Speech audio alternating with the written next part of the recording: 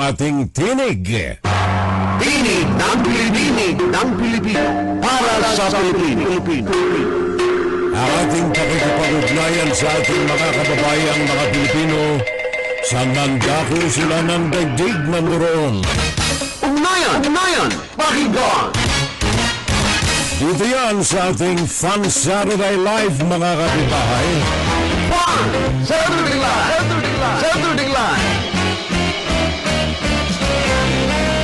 At kagapay ang inyong abang lingkod. Pakinggan si Kerel Salvo tuwing Sabado dito sa FGS Web Radio para sa mga Pilipino. Second now ng ating FSL, ang ating Insights, Views of the News. Insight, Guro-Guro, Opinion, and Saturday Live. Ang ating paksa ngayong araw na itong mga kapitbahay, and for the week, napaka mainit na issue ito. Gawa na ngayon ay nakita naman ninyo kaarawan ni Rodrigo Duterte, dating Pangulo ng Pilipinas kahapon. At naglunsad ng iba't ibang mga pagtitipon-tipon ang mga miyembro ng kanyang DDS. At sa pagsusulong ng maisog organization, and of course sa tulong ng Chinese Communist Party. Pag-uusapan natin ngayon ang may kaugnayan sa ating mga kaparian. Ang ating mga pare, ang ating mga simbahan. Ano ang koneksyon nito sa mga trolls natin na naglaganap at ngayon ay dumaramit, naglilipa na sa mga social media natin? YouTube, Facebook, you name it, they have it. Mga krimen na namayagpag nung nakalipas na 6 na taon, especially ni Rodrigo Duterte. And of course, ang pamilya ng mga Duterte. Pag-uusapan natin ang mga pare, ang mga troll, ang mga krimen at ang pamilya ng mga Duterte. Sa kalagitnaan ng populasyon ng Pilipinas, 100 noong 2020, ayon sa survey na ginawa opisyal ng Pilipinas, meron tayong 112,100,000 Filipinos in the country. At sa bilang na ito, 102 million dito ay mga Kristiyano. Out of 112 million, 102 dito million ay mga Kristiyano. Meaning to say, yung mga naniniwala sa puong may kapal. At hindi lamang yan, 78% dito sa mga Kristiyano na ito, or about 89 million Filipinos of 112 million ay Roman Catholics. Mga Katoliko Romano. Bakit natin sinasabi itong mga figura na ito, itong mga numbers na ito? Sabagat mahalaga po ito sa usapan natin today, sa ating insights. Mga pare o simbahan, ang ating mga trolls, ang ating mga krimen laganap, ang pamilya ng mga Duterte. Ano ang koneksyon ito sa Kristiyanong Pilipino? The only Christian country in Asia. Ano ang koneksyon ito sa 102 million Christians o kaya 89 million na mga Katoliko Romano? Ano ang koneksyon ng issue natin na ito sa mga nabanggit kong sekta ng relihiyon? Before anything else, nais ko lamang na balikan ang ilang mga numbers. Gawa ng as far as the crimes or criminalities committed by our fellow men, mga Filipinos, from time immemorial, sinaliksi ko ang mga pahina ng ating internet. Malaman ko lamang kung aling period sa buhay nating mga Pilipino nang tayo ay bigyan ng kasarinlan ng kalayaan in 1946. Anong bahagi ng kasaysayan ng Pilipinas ang pinakang maraming krimen na mga naganap sa bansa? From 1946 to now, ang record nagpapakita na noong 1950s, the whole of 50s, 51, 52, 53 hanggang 59, In fact, after 50s pa hanggang 60s. Ang kalaban lamang ng gobyerno natin diyan sa Pilipinas noong araw, sa mga panahon ng iba't ibang mga presidente, from Quezon to Osmeña, from Osmeña, Quezon, and then Laurel, and then Magsaysay, and then Garcia, and then Recto, etc., etc., marami na. Sa mga panahon na ito, nakita ko sa tala, the prominent criminalities committed during those periods, ito lamang na laban ng hukbalahap, rebellion ng hukbalahap laban sa gobyernong Pilipinas. Ang hukbalahap ay sumasamba sa ideolohiya ng mga komunista, Karl Marx, Vladimir Lenin, Mao Zedong. Yun ang kanilang mga pinanampalatayahan. Komunista. Kinasangkapan nila ang mga magsasaka natin sa maling mga paghasik ng mga kasinungalingan na ang bansang Pilipinas magkakaroon lamang ng maayos na pamamahala kung ito ay sa ilalim ng komunismo. For a long period of time from the 50s hanggang sa pumasok ang modern Philippines, ang kalaban lamang ng gobyerno na namumukadkad ay ang Hukbalahap Rebellion. Itakbo natin yung panahon hanggang sa kasalukuyan, medyo okay lamang, tahimik. May mga krimen, of course, here and there, pero hindi masyadong grabe. Hindi masyadong napuna sa daigdig. Until pumasok ang influence ng China, military influence of China sa Pilipinas. Nung pumasok na ang mga taon after Ferdinand Marcos Jr. Ferdinand Marcos Sr. Pumasok na ang influence ng China sa Pilipinas. At sa panahon ni Gloria Macapagal-Arroyo, nagkaroon tayo ng ugnayan pang-ekonomiya na kung saan nasangkot ang ZTE deal. Mga paglagay ng mga pera sa bulsa ng mga politiko. And then pumasok ang panahon ni Rodrigo Duterte. Noong panahon ni Rodrigo Duterte, lumaganap ang iba't ibang uri ng kriminalidad. In international scale, napansin ng daigdig ang kanyang war on drug.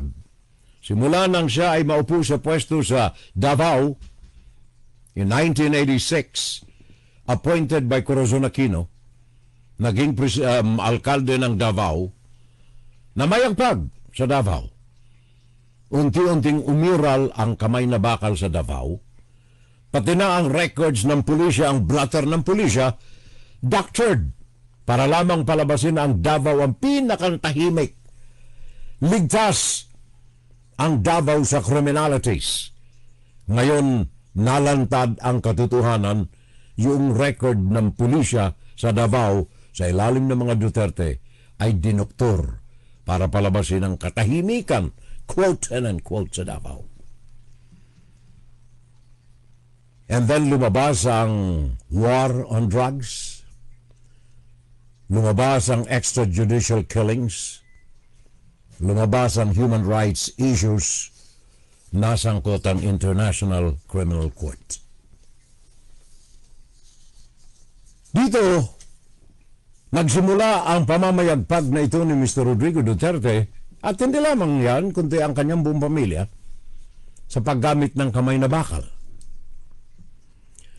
Kamay na bakal na kung saan ay hindi nasawata sapagkat naandyan ang control ng tinatawag nating political dynasty.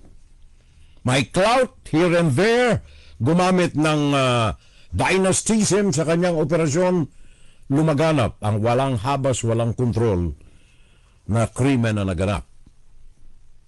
From Davao, naging national. Lalong pinalala ito sapagkat hindi lamang nakontrol, kundi lumakas gawa ng mga galamay na kanyang ginamit.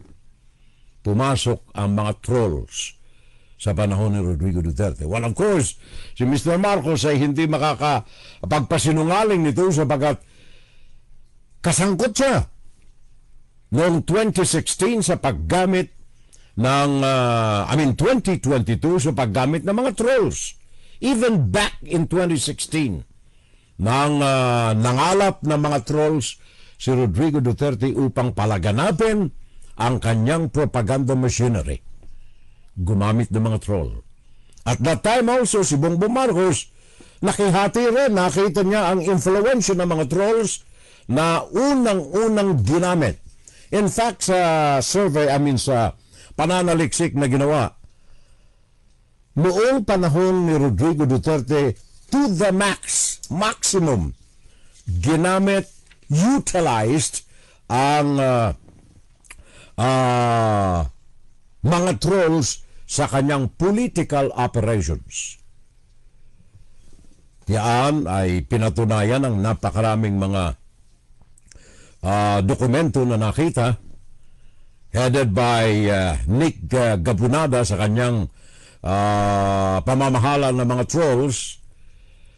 Remember, sa panahon ng 2016 ay namayagpag ang pangalan ni Nick Gabunada, dating ABS-CBN advertising executive, na namuno ng operasyon ng mga trolls sa ilalim ni Rodrigo Duterte. At lalo pa itong hindi na control sa ilalim ni Mr. Duterte nang ang trolls ay kasangkapanin ng Chinese Communist Party upang palaganapin ang propaganda in connivance with Mr. Rodrigo Duterte, ang nationwide campaign ng China diyan sa Pilipinas. So makikita ninyo, kumbaga ay nagkakasanib-sanib yung mga masasamang espiritu. Walang kontrol na pagsanib ng mga masasamang mga espiritu. Duterte's partners in crime, ang Chinese Communist Party, na kung saan pinatatakbo sa Pilipinas ng mga trolls diyan sa bansa. Bakit nasangkot ang Chinese Communist Party? Matatandaan ninyo, nabanggit ko kanina yung hukbalahap. Pagkatapos na ang hukbalahap ay mamatay sa panahon ni Ramon Magsaysay, marami mga sumuko. Nabuhay naman sa magitan ni Joma Sison, Jose Maria Sison, ang New People's Army, NPA. Yaan ang Chinese Communist Party diyan sa Pilipinas. Panahon ni Joma Sison. Kung matatandaan ninyo, bagaman ang kampanya ng panahon ng administrasyon ni Duterte in the national government ay kunyari ay kampanya laban sa Chinese Communist Party, you will recall na ang kanyang affiliation sa NPA nung siya ay mayor pa ng Davao at local official ng Davao is very close. Natatandaan ninyo noong magkumandidato si Rodrigo Duterte bilang presidente, tumawag pa ito kay Joma Sison sa Europa. On camera, nag-usap sila at nangako siya na susundin ang mga payo ni Joma Sison kung siya ay mahalal na presidente. That was 2015. Several months bago siya nahalal na presidente ng bansa. Nag-uusap sila ni Joma at nagbilin si Joma na bibigyan ng pwesto ang mga komunista sa gobyerno ni Rodrigo Duterte oras siya'y maupo. And so the connivance between the Chinese Communist Party and Rodrigo Duterte strengthened during the time that he was President of the Republic of the Philippines. Lalo pang pinagtibay noong si Xi Jinping ay mag-organisa sa ilalim ng National Radio and Television Administration na binuo noong 2018 ni Xi Jinping. Nakipag-ugnayan ito sa PDP Laban, Partido Demokratiko ng Pilipinas at Lakas ng Bayan, partido ni Rodrigo Duterte. Nakipag-ugnayan ng Chinese Communist Party sa isang mutual agreement between the two organizations, ang ang PDP Laban at ang Chinese Communist Party ng mainland China. ito'y kaugnay, very closely integrated with the National Radio and Television Administration ang mga kampanya na ginawa sa Pilipinas. Ang objective ng National Radio and Television ng mainland China, mag-ipon ng mga impormasyong politikal, ekonomiya, militar sa bansa ng Pilipinas sa magitan ng agreement na pinasok ni Mr. Duterte sa Malacanang at ng Chinese Communist Party. So pumasok ang influensya ng National Radio and Television diyan sa bansa. Funded by the Chinese Communist Party sa magitan ng dating direktor nito si Zhu Lin, nagsilbi itong cyber administrator ng China na nakikipag-ugnayan sa gobyerno ni Rodrigo Duterte. Sa ilalim pa rin ng Cyberspace Administration of China, nangolekta ang China ng mga informasyon na may kaugnayan sa politika, sa ekonomiya, militar ng Pilipinas.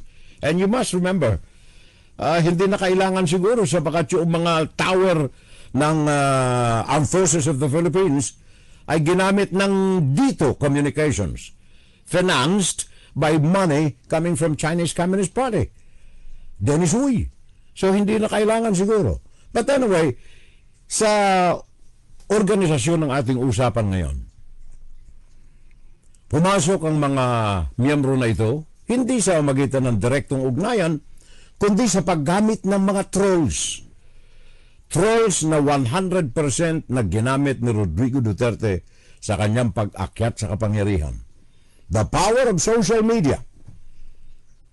Sabi nga dito sa report na tinanggap natin from Philippine Journalists Association, sabi niya, social media, the power of social media is used to the maximum by the Duterte camp with the guidance from Chinese Communist Party.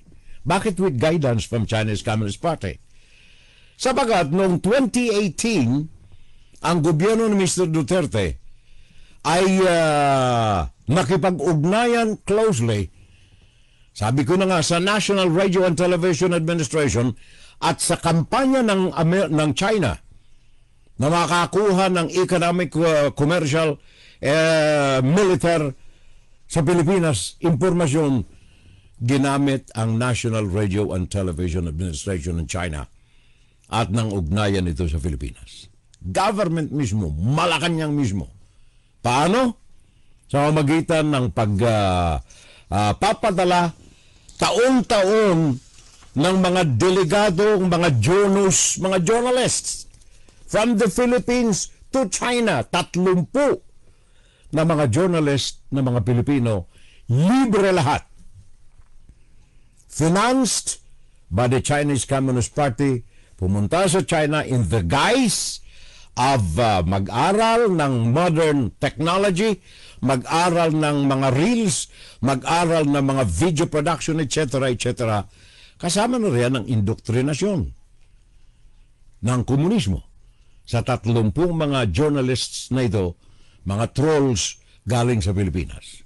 2018, nang itatagang NRTA, nagsimula na rin ang mga pagpapadala ni Mr. Duterte na mga media men doon sa China. And remember, si Martin Andanar na isa sa mga namuno ng PCOO sa ilalim ni Duterte, nandoon na ngayon sa mainland China.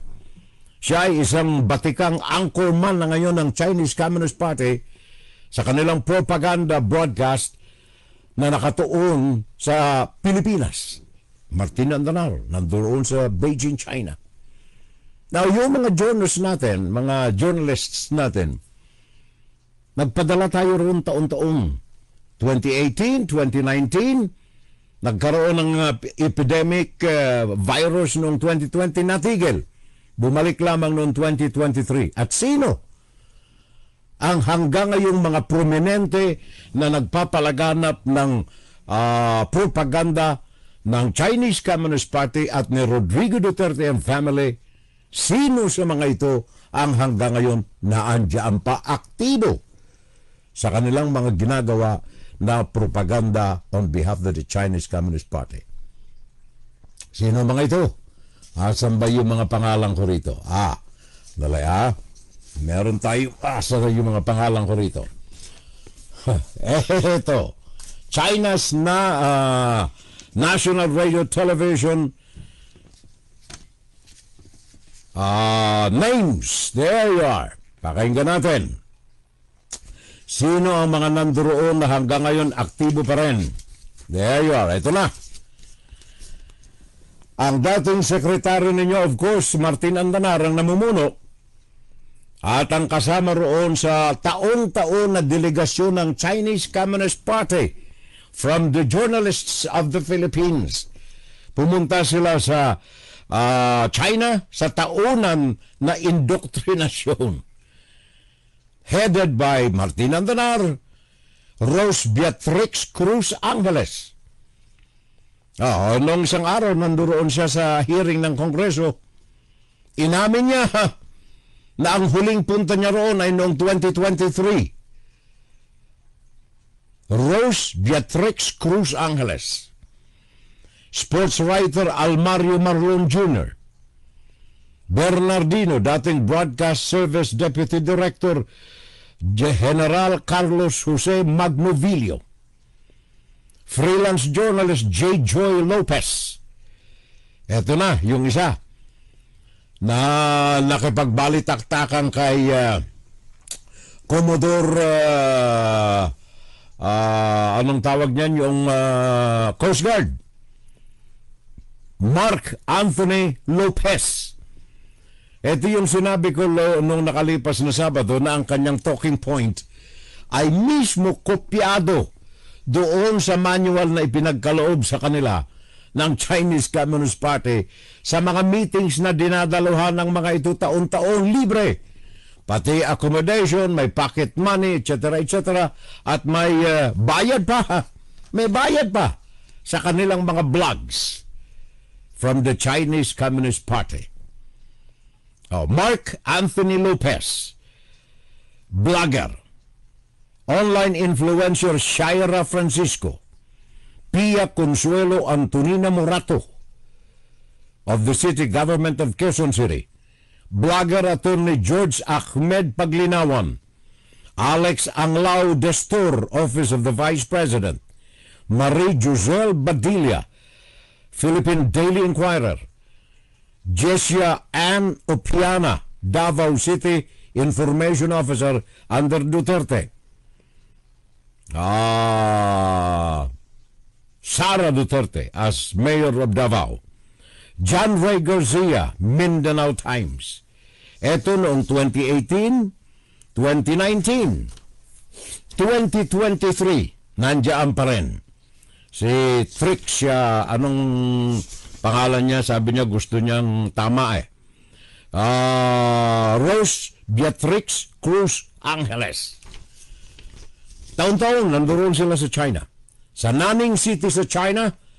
In fact, ang Nanning City ay sister city ng Davao. At saka sa Beijing. Libre lahat. Accommodation, hotel, biyahe, pocket money, etc. And monthly dues na natatanggap nila after that. Ito yung mga tao under the National Radio Television Administration. At noong nakalipas na 2016, mga kababayan kong minamahal,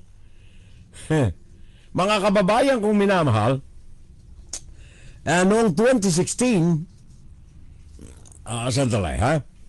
noong 2016, sino ang mga vloggers na namayagpag sa panahon na ito ni Rodrigo Duterte? Naandyan ang mga vloggers na gamit sa kanilang mga vlog. Si Job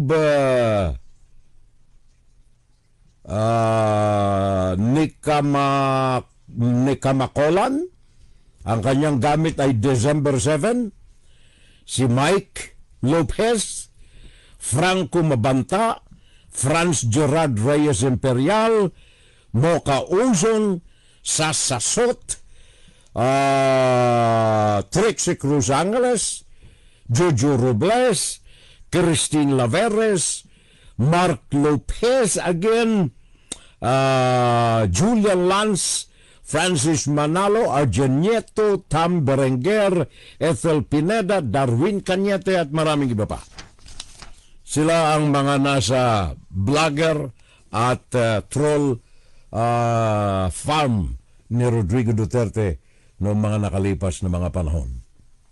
Sila ang mga Jonas, taon-taon pumupunta ng China.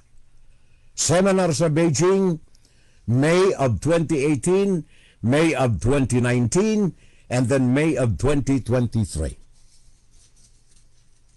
Sila ay funded ng Chinese Communist Party. Magkakaano ang tinatanggap nila, by the way? May singit ko lamang. Magkakaano ang tinatanggap ng mga ito simula pa noong naging presidente ng Pilipinas si Rodrigo Duterte? Yung mga nasa ilalim ng kanyang payola ng Chinese Communist Party, ang iba ay inabsorb ng gobyerno. Alala niyo si Mocha Olson, naging undersecretary. Pero yung mga hindi nakapasok sa loob ng administrasyon ni Mr. Rodrigo Duterte, meron silang payola from the Chinese Communist Party. Magkakaano ito? Yung mga troll farm, yung mga ordinaryo na taga-kopya ng mga sinasabi ng nakatataas sa kanila, no more than 50,000 a month ang kinikita ng mga ito. 50,000. Yung mga troll farms natin. Yung mga nasa secondary level, itong pinapasahan galing sa pinakang mga amo, yung pinapasahan ng script para basahin at maging sentro ng kanilang blog, ang mga ito kumikita from 1 million, from 500, from 50 to 100,000. 1 million, I should say. From 50,000 to 1 million ang kinikita ng mga secondary level na mga trolls na ito. Philippine money. At yung mga main core, ito yung mga nasa high level. Kagaya nitong sinabi natin, Mark Lopez, sino ba yung iba, Mocha Uson, Sasot, mga ganyan.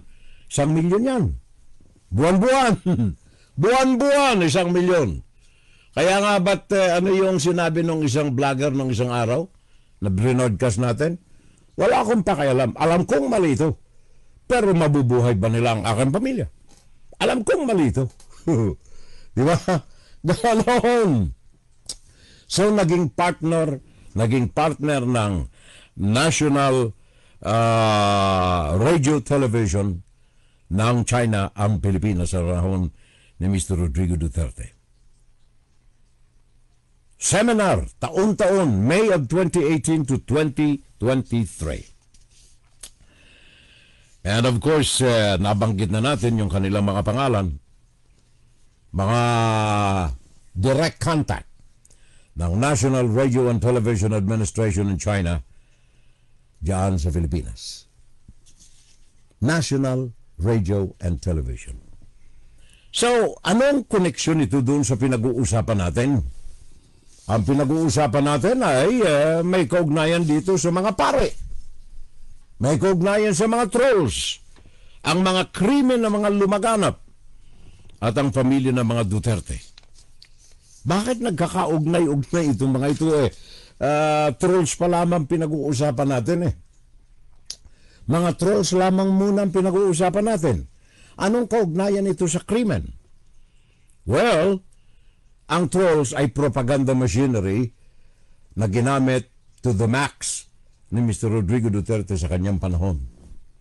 Kaya anuman ang mga krimen na mga naganap, like itong mga nabanggit na natin sa mga periodiko na mga pagpatay, extrajudicial killing. Magkakaminsan hindi pumapasok ng buo sa utak nating mga Pilipino sapagkat natatabunan tayo. Natatabunan tayo ng propaganda ng Chinese Communist Party machinery na gumagamit ng mga trolls na iniimplementa naman ng administrasyon ng Mr. Rodrigo Duterte. So, kung titingnan natin maigi ang koneksyon, maliwanag. Yung nangingibabaw na katotohanan, dapat ay siyang nalalaman ng taong bayan, walang nalalaman ng taong bayan. sapagkat merong filtering ng truth at nangingibabaw sa katotohanan ay ang kasinungalingan. Bakit kasinungalingan? Sapagkat naandyan ang propaganda machineries na nagtatakip sa mga tunay na krimen na mga nagaganap sa bansa. At ano ang mga tunay na mga krimen na nagaganap sa bansa natin, mga kababayan ko, na hindi natin alam, na ngayon lamang natin nalaman, sapagkat ito ay ibinunyag. Ito ay ibinunyag ng mga investigasyon sa Kongreso, ibinunyag ng mga investigasyon sa Senado. Naandyan ang extrajudicial killing. So, dito po sa mga extrajudicial killing, mga kababayan ko, hindi na ako magsasalita ng mahaba. Iparirinig ko lamang sa inyo ang mga bagay na mga nahantad sa mga hearings ng Senado, sa mga hearings ng Kongreso. Ito ay hindi natin mapapasinungalingan sapagkat ito mismo ang mga tinig ng mga taong sangkot sa mga krimen na ito, na pilit na tinatakpan ng mga trolls, pilit na binabago ng mga trolls, pilit na pinangingibabaw ang kasinungalingan ng mga propagandista na ito na ngayon ay lalong lumalaganap simula ng masadlak sa The Hague si Mr. Rodrigo Duterte. Nais ko lamang ipaalala sa inyo na bigyan kayo ng babala na lumalaganap po sa YouTube, sa Facebook ang mga propaganda to the extent na marami riyan ng mga doctored gumagamit ng artificial intelligence para palaganapin ito. Trolls and crimes. At ngayon, ang mga Duterte. Sabi ko na nga, hindi na ako magsasalita tungkol dito sa mga issues ng mga naganap sa panahon ni Mr. Rodrigo Duterte. Ipagkakaloob ko na lamang sa inyo itong mga tinig. Mga tinig na may kaugnayan sa lahat ng mga nangyayari. Hindi nga lahat pahapyaw. Yung mga nangingibabaw na mga issues lamang ng mga pagpatay diyan sa bansa. Unahin ko itong mga pahayag ni Mr. Duterte tungkol dito sa kanyang mga yun ay nangingibabaw na pagmamakaawa. Bahala na ang Diyos sa akin. Maski yung kanyang anak, Sara Duterte, ipaubaya na natin sa Diyos. Alam kong Diyos, manalangin tayo, prayer rally. Huwag lamang nating isantabi ang katotohanan na ito ang madalas na namumutawi sa labi ni Mr. Rodrigo Duterte. Pakinggan natin. Buang ito, sabi ko, oy, kayong mga tambay dyan, pag dumaan niya ang obispo niya, hold up pa yan, marami pera yung putang ina niya. Patayin mo. Patayin mo yung lahat obispo dyan, mga inutil yan. You don't have to go to church to pay for these idiots. Mga obispo ninyo, patayin ninyo, walang silbi yung mga Who is this stupid God? Stupid yung talaga itong putang akong ganun. Your God is not my God. Your God is stupid. And even itong Last Supper, who are the idiots there? Basta na lang ginawang santo, ito ang mga to sa painting. Ako ang Diyos, tapos ipako mo ako. Putang ina. Sabihin ko, lightning, ubusin mo ito, sunugin mo lahat ng mga irihis. Ang iba yung mga Santa Catalina, Santa Ana, Santo Tomas, San Sebastian, Santo Rodrigo. Wala yan. Sino yung si Santo Tomas? Hindi nga natin alam kung sino yun. Baka pangalan ng baka yan o camel noon. Religion? What is the meaning of it? Hindi kayo nakakatulong. Daldal kayo ng daldal. Ngayong mga Katoliko, isipin ninyo yan. Ano bang tinulong ng reliyon sa inyo? I thought that is yung mga miracle yung tubig ninyo. So, di ipainom ninyo. Daldal kayo ng daldal yan eh. Tapos kayo with all the pageantry and ceremony. Pag gold pa kayo ng mga chalice dyan. Hindi rin mga chalice pa kayo. Di gold pa. Yung San Pedro ninyo may manok pa. Putang ina. Umakyat yung manok sa langit. Buang kayo. Yan ho mismo, hindi doctor dyan. Hindi doktor. Walang artificial intelligence dyan. Yan ang boses ng inyong dating presidente. Yan ang pagdusta, pagyurak sa pangalan ng Pung May Kapal na ngayon ay mismong namumutawi sa kanyang labi. Bahala na ang Diyos sa kanya. Sabi ng anak, prayer rallies tayo. Sabagat ang Diyos ay hindi natutulog. Napakinggan ninyo, authentic voice galing mismo sa inyong dating presidente. Yan ang katotohanan. Mamaya, kakalabitin natin ang ating mga pare sabagat sila ang tinutukoy nitong si Mr. Rodrigo Duterte. Samantala, sa krimen na kanyang mga ginawa, again, pakinggan natin ang kanyang tinig. Lahat itong sa right side ko, dumaan ito ng Chief of Police Director. Puro commander ng death squad yan.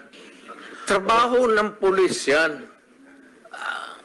Yung isang senador, yan ang nakaupo dyan, si Senator De La Rosa. Death squad rin yan. Because they were police directors handling the controlling crimes in the city. Lahat yan sila, ito, si Danao, ayan o. Nagdadasal kasi sa kasalanan niya siguro. Huwag ka na bang, ilan bang pinatay mo? Dumaan yan. Ito, De La Rosa. Tanungin ko sila ngayon. Tanungin ninyo. Openly, lahat yan dumaan pagka-police chief. Pati yan si Gamboa. Tanungin ninyo. Danao, kung may utos ba ako na patayin ninyo yung tao na katali, yung paa, pati kamay sa likod, or assassinate them. Ang sinabi ko, ganito, prangkahan tayo, encourage the criminals to fight. Encourage them to draw their guns. Yan, buhay yan. Ayan ang sila, yan ang instruction ko. Pati yan si Kuy. Encourage, pati yan si De La Rosa, encourage them lumaban. Pagka lumaban, patayin ninyo para matapos na ang problema ko sa siyudad ko. Noong na-presidente ako, ganun rin sa command conference. Diyan sa Malacanang. Yan ang utos ko. Again, wala pong artificial intelligence dyan. Yan ang original na boses ng dating presidente niyo, Rodrigo Duterte. At bakit ginagawa ng mga pulis ang mga utos na ito ni Mr. Rodrigo Duterte? Encourage them to fight upang patayin ninyo. Bakit kailangan patayin? Sabagat may reward money na natatanggap ang mga pulis natin. Again, walang artificial intelligence ito. Mismong boses ng inyong dating presidente, Rodrigo Duterte. Sabihin ko, ang pulis ang bigyan ko, 50,000, sigurado mahuli yan. Kung sabihin mo lang 50,000 doon, wala. Pero sabihin mo, ibigay mo yung 50,000, no? Hanapin mo. Pag lumaban, patayin mo. Alam nila yan kasi dumaan yan lahat sa akin. Instructor ako sa criminal law, pati criminal procedure. Dumaan yan sila sa akin either sa klase or lecture. Alam nila lahat. Alam nila lahat kung papaano pumatay ng legal at papaano pumatay na makukulong ka. alam nila yan. Pagkapulis ka, hindi lang basta-basta bumaril ka dyan. Only when you are enforcing the law at sabihin mo mag-surrender ka, pag ayaw mo mag-surrender, lapitan mo, you must overcome the resistance. Pagkadakaputukan kayo, sinasabi ko sa ayas at sabihin ko uli ngayon, ang sinasabi ko sa pulis, huwag kayo umuwi dito sa o mag-report sa akin na may tama ka. Galit ako, sabihin ko, bakit ikaw ang tinamaan? Putang ina.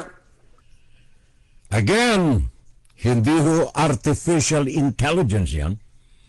Boses yan ng inyong dating presidente. Lahat ng mga sinabi niya ay inamin, tinanggap, inako ng mga taong kanyang mga inutusan. Isa rito si Royina Garma, isang koronel na direktong nagpapatupad ng mga kautusan ni Mr. Rodrigo Duterte. Pakinggan natin itong report na ito ng GMA. Hindi ito doctored item. On May of 2016, I received a call from then President Rodrigo Duterte at approximately 5 in the morning, instructing me to meet him at his residence in Doña Luisa, Davao City. I was already acquainted with then Mayor Duterte, having served as a station commander in one of the police stations in Davao during his tenure. During our meeting, he requested that I locate a PNP officer or operative who is a member of the Iglesia ni Cristo, indicating that he needed someone capable of implementing the war on drugs on a national scale, replicating the Davao model. The Davao model referred to the system involving payment and rewards. The Davao model involves 3 levels of payments of rewards. The first is the reward if the suspect is killed. Second is the funding of planned operations. Third is the refund of operational expenses. I recalled my upperclassman, Edilberto Leonardo, who was handling the Criminal Investigation Detection Group and was also a member of the Iglesia ni Cristo. I mentioned his name to the President. A week later, I learned from Arthur Narsolis via phone call that Leonardo had been summoned and was instructed to proceed to Royal Mandaya Hotel for a meeting. Leonardo informed me that he stayed at the hotel for 3 days, during which the President directed him to organize a task force similar to PAOK-TF. Leonardo subsequently informed me that he had prepared a proposal routed through Bongo outlining the task force operations which would encompass Luzon, Visayas, and Mindanao. Yan ang tinig ni Royina Garma, Coronel, Philippine National Police, direktong inutusan ng dating Presidente Rodrigo Duterte Jr. Rodrigo Duterte. Sino ang mga nautusan niyang mga pumatay? Hindi ho ito artificial intelligence. Ito ay mga tinig mismo ng mga taong involved sa mga pagtupad ng kautusang pagpatay galing sa mga labi ni Mr. Rodrigo Duterte. Pakinggan natin ito, Arturo Las Cañas. Panawagan ko po sa Pangulong Ferdinand Bongbong Marcos Jr. na mag-ingat po at wag po magkumpiyansa talaga sa halimaw ng Davao na si Rodrigo, Roa Duterte at Vice President Sara Tambalos Duterte. Mga traitor po itong mga ito. Luloko mo mga Pilipino. Anong ginawa mo? Drug war? Anong drug war? Ikaw ang drug war. Pinapapatay niya sa grupo namin ni Stupor Bin Laud. Yung 11 Chinese workers in Chimes ng Davao Cebu Laboratory at ng Barangay Obrero, si Mayor Duterte ang in charge dito sa Southern Mindanao, dito sa mga Cebu Laboratory. Ang ganong koleksyon ni Mayor Duterte during my time, more than 1,000. Igaling ko ito kay Kibuloy. Kung magbiyahe si Kibuloy sa Amerika, nagdala yan ng mga spare parts, silencer, mga bala, ano pa yan, mga parts. Tinanggap ito ng Office of the Prosecutor as exhibit. And meron po mga... Totoo po ang existence ng Davao Death Squad or DDS. At isa po ako sa pasimuno nito. Before po ito nag-umpisa, sa una pong pag-upo ni Mayor Duterte bilang mayor ng Davao City, ay nag-umpisa na po kami na tinatawag ng salvaging ng mga tao. Ito po ay mga suspect na gumagawa ng krimen sa Davao about illegal drugs. Na-implementa na po namin ang personal po na utos ni Mayor Rody Duterte sa amin. Lumabas po ang pangalan na Davao Death Squad nung niraid namin yung isang drug den sa Bacaca Heights, Davao City. Dito po ang City Director ng Davao ay si Colonel Isidro Lapinya. Dito po nataasan si Major Ildefonso Asintista na mag-compose ng grupo na gagawa ng assault dito sa bahay ng isang Alan Tancio na believed to be a drug lord. Nag-compose po kami ng grupo. Ako po, si Major Asintista, SPO3 Jerry Baguhin, SPO4 Paulincio Pabo, SPO1 Jim Tan, SPO1 Junito Ubales, at may iba pa po. At dito, kinuha po namin ang serbisyo na tinatawag na rebel returnees na galing sa Agdao area. Ito po ay lead by one Chris Lanay. Nitrain po namin sila sa pag-assault sa bahay na yon doon po sa Laod Quarry, lead by SPO4 Ben Laod. After 5 days of training, niraid namin yung bahay ni Alan Tancio, lead by Chris Lanay at saka yung mga dating rebel returnees ng New People's Army. Dito po napatay ang katulong ni Alan Tancio. Wala po kaming nakuhang shabu. At dito nag-umpisa ang Davao Death Squad. Dahil po may iniwan kaming note na ito huwag pamarisan, and then nakalagay doon Davao Death Squad. Yan ang tinig mismo ni Arturo Las Cañas.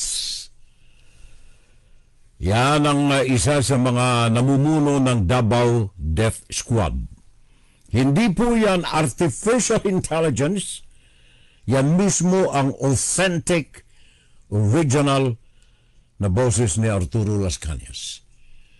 And finally, nais kong iparinig sa inyo ang isa pa sa mga humawak ng baril pumatay sa utos ng inyong dating Presidente Rodrigo Duterte.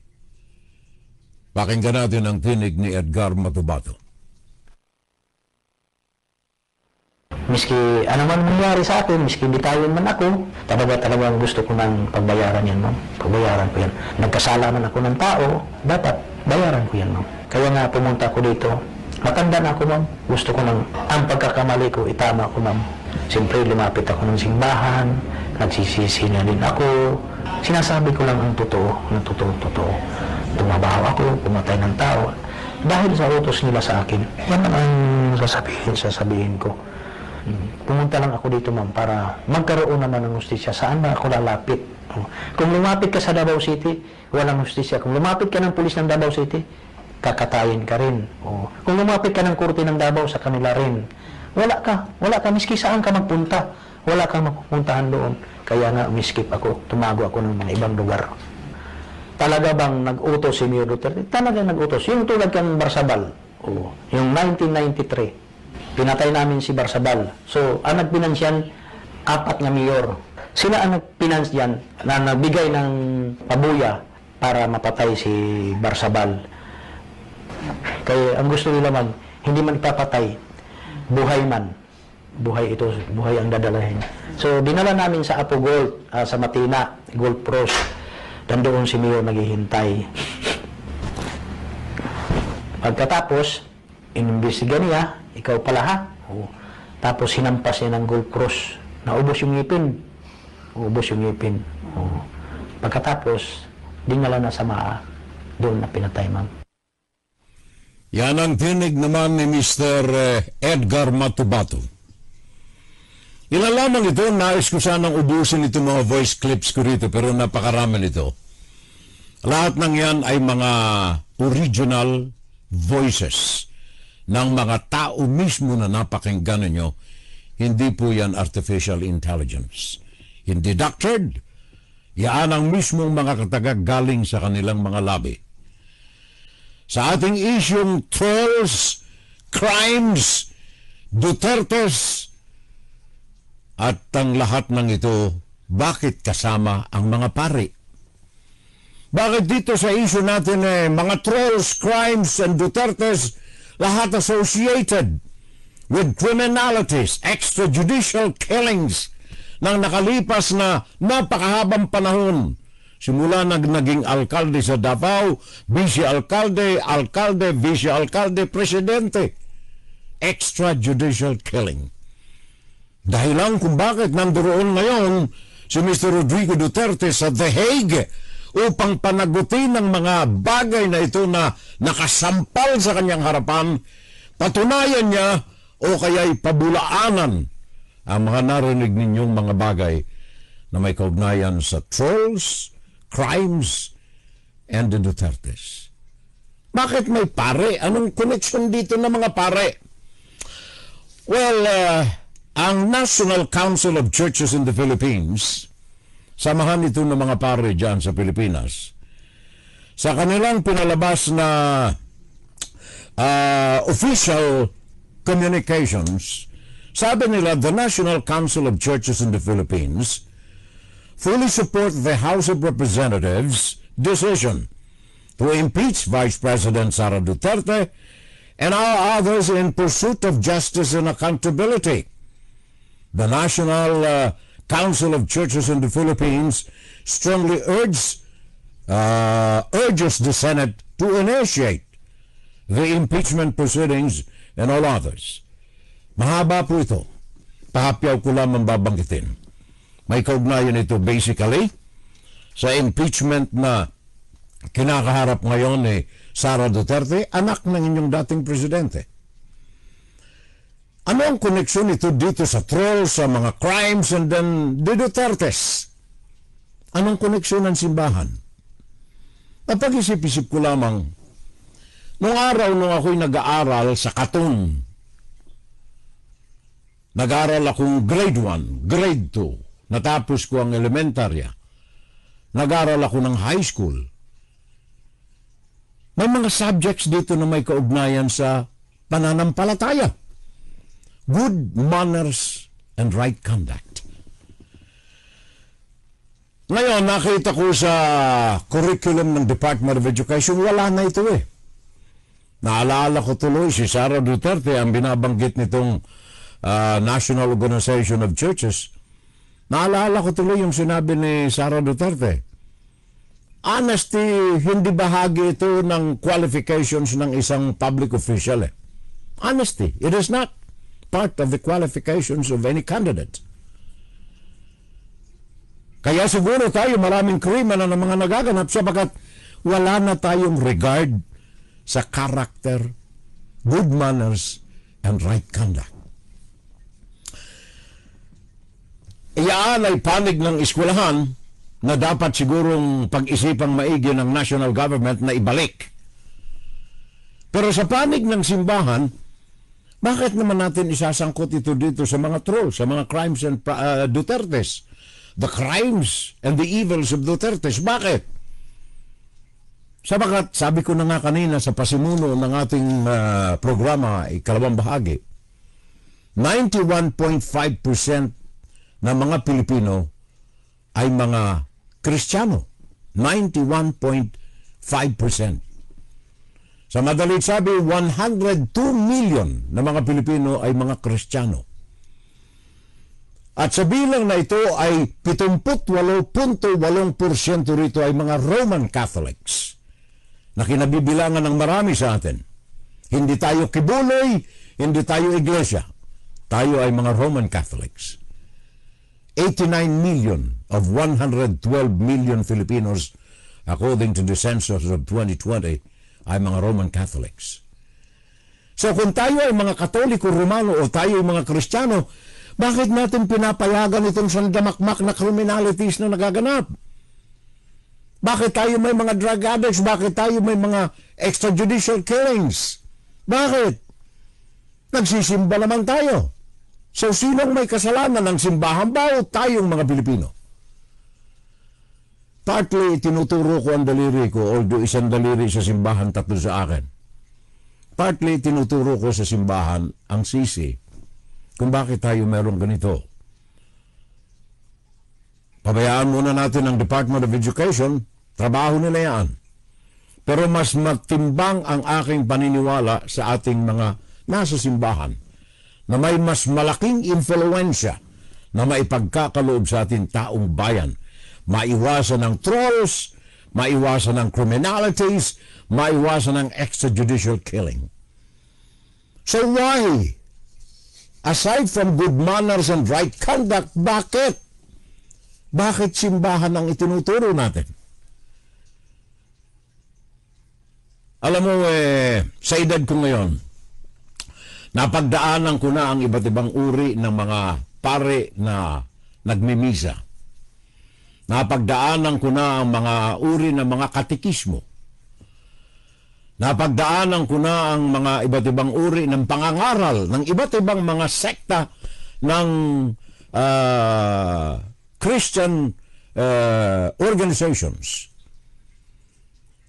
Napapansin ko lamang, especially sa bahagi ng mga pare sa misa, ang sermon.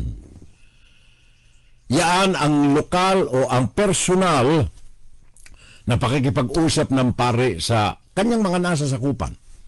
Isang tabi na natin ang kanyang personal character ng pare. Maaaring hindi natin kursunada yung pare, pero at least nandiyan pa rin tayo sa simbahan. Sabagat ang ating pananampalataya ay sa Diyos na kinakatawan ng pare na yan. So kalimutan natin yung pare.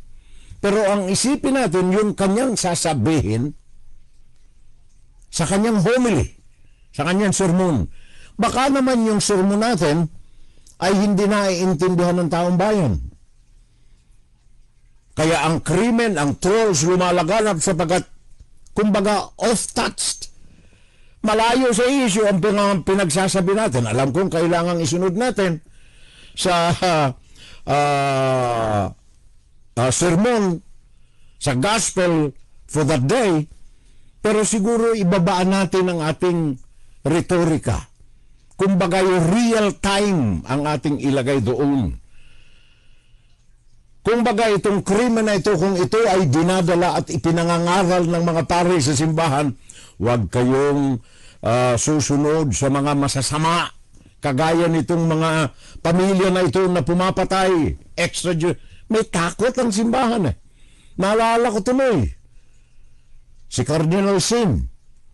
Siya ang nagpasimuno, although hindi siya ang mitsa ng people power, pero sa kanyang pakiusap sa ating Christian world dyan sa Pilipinas, nahikayat ang taong bayan na sumama sa kalsada. Yun ang hinahanap ko . Kumbaga sa pakiramdam ko sa ngayon ang simbahan, especially sa panahon na kailangan natin sana sa panahon ni Rodrigo Duterte, masyadong mahina. The church was so weak in dealing with the actions of Rodrigo Duterte. Ngayon, tandaan ninyo mga kababayan ko, naandyan ang maisog organization ng pamilya ng mga Duterte. Yaan ay gagalaw yaan.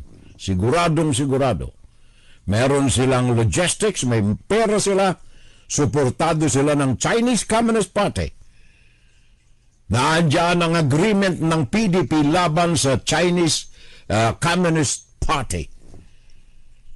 May pera riyan. Pwedeng ibusbus sa mga trolls para sa propaganda.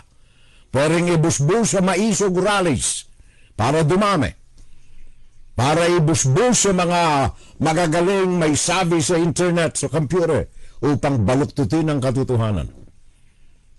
Kaya Mr. Marcos, bantayan mo yung mga bagay na yan. At ang simbahan must do the role adherent sa kanilang powers. influensyahan ang taong bayan sa maayos na pamumuhay, malinis na pamumuhay, pagbasura sa mga kasinungalingan, direktong pakiusap sa taong bayan. Kaya ako'y natutuwa sana dito sa isang komunikasyon na galing sa 4 na mga pare na nakikialam, quote and unquote, sa politika sa bansa. Hindi ho pakikialam ito para sa akin. Yung pangaralan natin, huwag tayong sumama sa mga taong ganito. Huwag tayong magparahuyo sa isang latang sardinas, 1 kilong bigas. Kailangan ng simbahan ay gumanap sa kanilang tungkulin. Hindi pakikialam sa politika ang paalalahanan ng taong bayan na iboto natin kung may napupusuan tayong kandidato riyan na alam nating malinis ang kaluluwa, malinis ang kanyang balakin sa taong bayan. Huwag nating pag-atubili na ito ay indurso sa ating taong bayan. Kailangan ay gumamit tayo ng lingwahe na naiintindihan ng taong bayan. Madalas kasi napapansin ko sa mga pare, unang-una naka-English. Tandaan ninyo, 72% ng mga Pilipino nasa average living, below average living, poor, poorest of the poor, and jobless. 72% ng mga Pilipino. Ang may hawak lamang ng yaman ng Pilipinas, 1%. The great majority riyan ay hindi patunay na dugong Pilipino. So ang simbahan na sinasandalan natin, kapag tayo ay nalulungkot simbahan ang tinatawagan natin, kapag tayo ay nadidihado, naghahanap tayo ng kalinga, simbahan ang ating hinihingan ng tulong. I mean, representative ang simbahan sa Puong May Kapal. Kung tayo ay naghahanap ng katiwasayan sa buhay, simbahan ang hinihingan natin ng sama ng loob. Kaya ang simbahan should speak the language of the people. Kung ang ating komunidad ay binubuo ng mga barangay, huwag natin pa-English-English. Gamitin natin ang lingwahe ng lugar na yan. At magbigay tayo ng halimbawa na nandiyan nakikita ng mga mata ng ating taong bayan. Well, of course, may gospel tayong sinusunod sa ating sermon, pero huwag nating lagay halimbawa yung mga malayo sa katotohanan nakikita ng kapaligiran. Kung ang kapaligiran ay merong extrajudicial killing, i-address natin ang sama ng extrajudicial killing. I-rally natin ang damdamin ng taong bayan na ito'y masama at ang mga taong ganito huwag ninyong ipag-atubili na ipaabot sa ating mga may kapangyarihan. Kailangan ng lingwahe natin easily understandable. Madaling maunawaan ng mga taong nakikinig sa ating sermon. May sinusunod tayong gospel pero siguro pwedeng ihalintulad natin sa real time na nagaganap sa ating kapaligiran para mas maliwanag na naiintindihan ng ating mga mamamayan. Nakakita ninyo, example dito, yung mga trolls natin. Ano ang lingwahe nilang ginagamit riyan? Naiintindihan ng mga kabataan. Bakit sa mga pagpasok-pasok natin sa mga simbahan, especially dito sa Amerika, halos wala ka nang makitang kabataan eh. Mga uugod-ugod na mga matatanda. Padre, kumusta po kayo? Ako'y malapit nang mamatay pero nagsisimba pa rin. Walang kabataan. Bakit? Yung sermon ng pare, ang taas hindi maintindihan ng mga kabataan So baka naman ang simbahan ay bumaba ng konti sa kalagitnaan ng problema ng isang bansa kagaya ng Pilipinas, extrajudicial killing. Mantaking mong umabot ka dito sa The Hague. kung gaano karumal-dumal ang krimen na naganap sa bansa.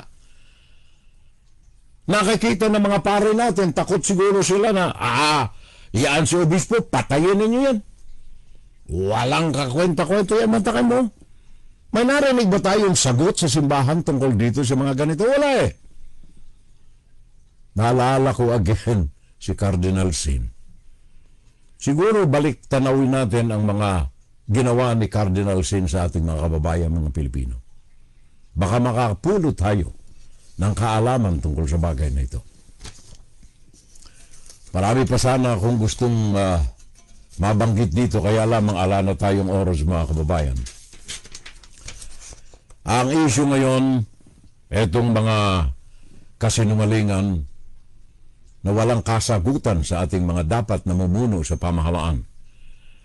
Kaya nga ba't sabi ko meron tayong sandalan ang ating pananampalataya. Huwag lamang sa dasal. Sabi ng Biblia, nasa tao ang gawa. Kaya tayo'y kumilos para sa ikaw-unlad ng ating kaisipan at pagligtas ng ating mga kaluluwa at higit sa lahat pagligtas sa ating bayan laban sa mga taong halang ang kaluluwa. Inside, Guro-Guro, Opinion, and Saturday Live.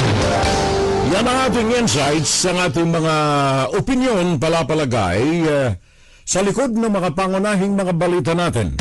Puso ko sa bayan ko. Buhat po sa inyong abang lingkod.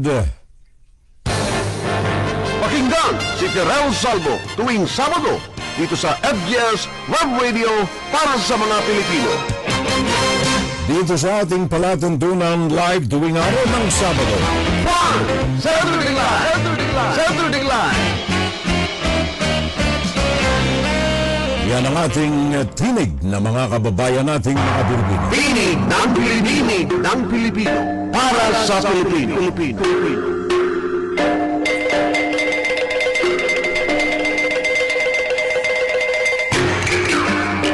Sa ating mga kababayan ko, hangad din lamang napakiusap po sa inyo mga minamahal kong mga kasama, especially dito sa FSL, na huwag nating payagan ang mga political bias. Yung bulag, pipi at saka bingin na pananampalataya natin sa mga politiko. Isang tabi po natin ito for the sake of our children and for the sake of our country. Huwag nating kaligtaan din at huwag nating hayaan na mamayagbag ang mga human rights abuses. Alisin natin ang ating anong tawag niyan? Pagkakayakap, I should say. Alisin natin ang pagkakayakap natin ang ating kapituko sa mga political dynasties. At makipagtulungan tayo upang maputol ang anumang mga masasamang mga nangyayari sa ating kapaligiran. Sabi ko na nga, if you see something, say something. Pakinggan si Terrell Salvo tuwing Sabado dito sa FGS Web Radio para sa mga Pilipino.